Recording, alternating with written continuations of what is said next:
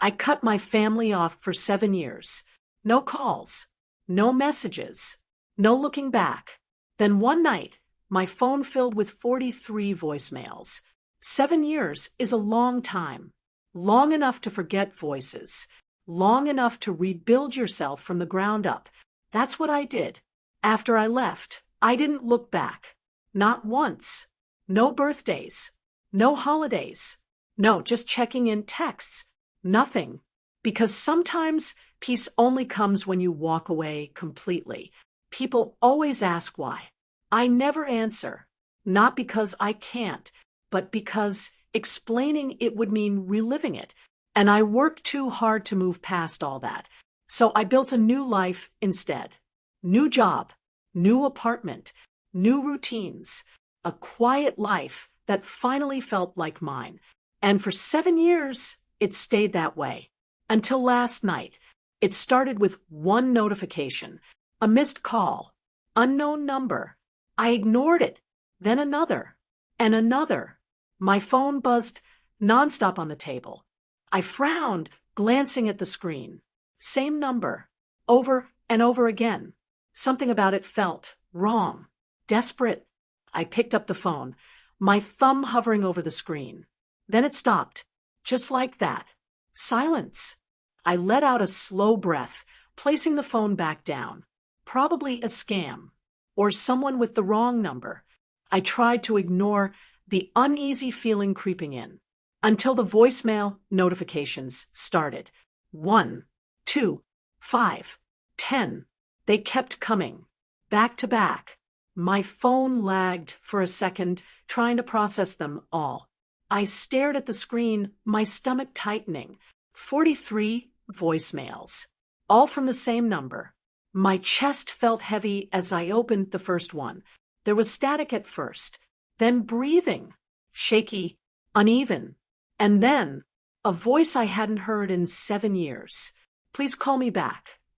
My heart stopped. It was my mother. I sat there, frozen, because she wasn't supposed to have my number.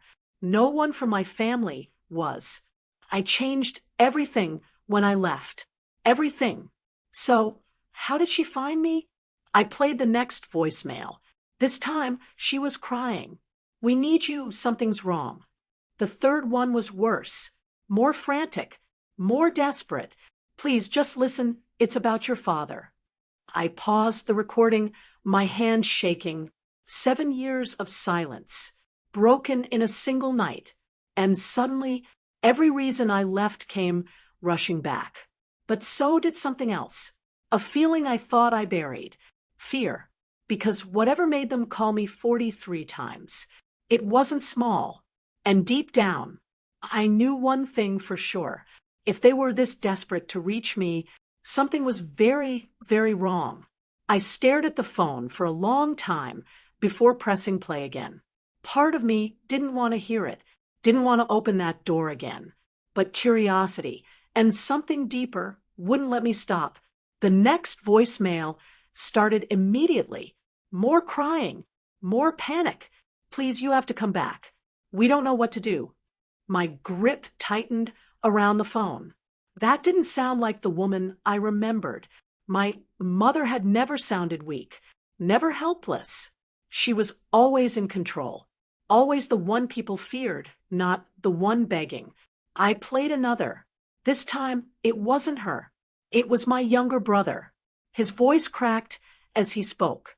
I know you don't want to hear from us, but you're the only one who can fix this. A bitter laugh escaped me. Fix this? After everything? After the way they treated me?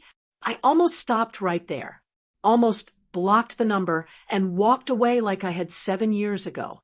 But then the next voicemail played, and everything changed. It was my father, or what sounded like him.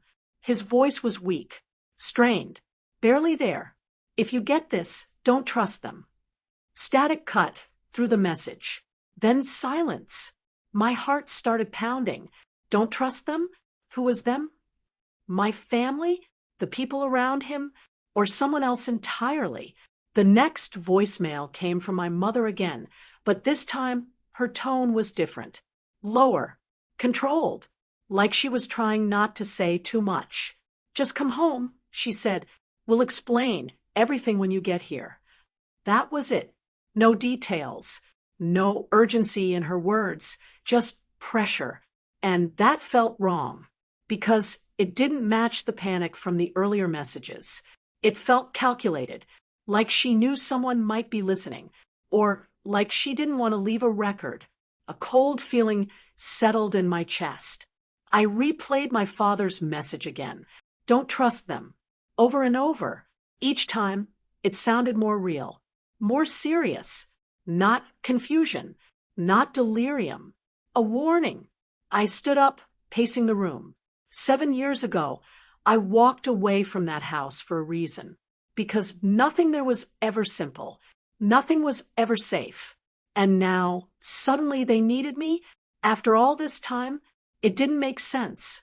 Unless something had changed, or something had gone very wrong. I checked the call times again. All 43 voicemails, within a few hours. Late at night. Almost frantic. But then, nothing. No calls since. No follow-up messages. Just silence. That bothered me more than anything.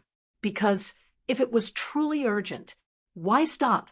I grabbed my keys, then hesitated. This could be a trap. Emotional. Or something worse. But if my father was telling the truth, if I couldn't trust them, then going back blindly would be a mistake. I needed to be careful, smart. I picked up my phone again and scrolled through the messages one last time. Then I noticed something I hadn't before. One voicemail, number 37, was shorter than the rest, only a few seconds long. I pressed play. At first, there was nothing, just static. Then a faint sound, a whisper, so quiet I almost missed it.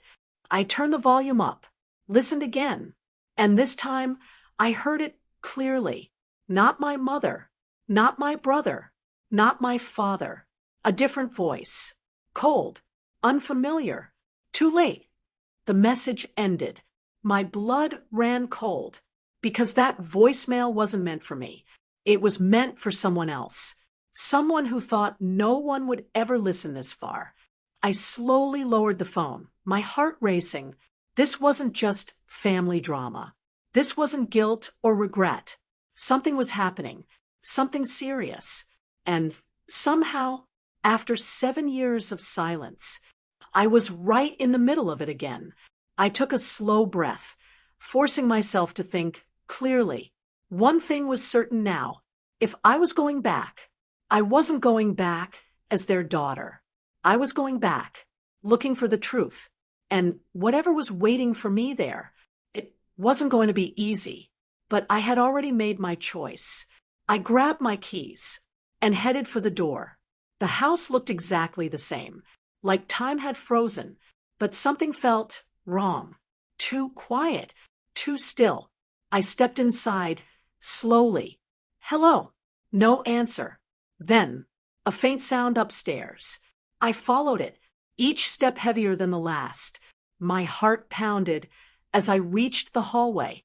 My parents' door was slightly open. I pushed it gently and froze. My father was lying on the bed, weak, barely conscious. My mother stood beside him, watching me, too calm. "You came," she said softly. I didn't move. "Who told you not to trust you?" I asked. Her smile didn't reach her eyes. "He's confused," she said. "Is he?" I stepped closer to my father. His hand moved slightly, gripping mine. With the last of his strength, he whispered, "Not her." My blood ran cold.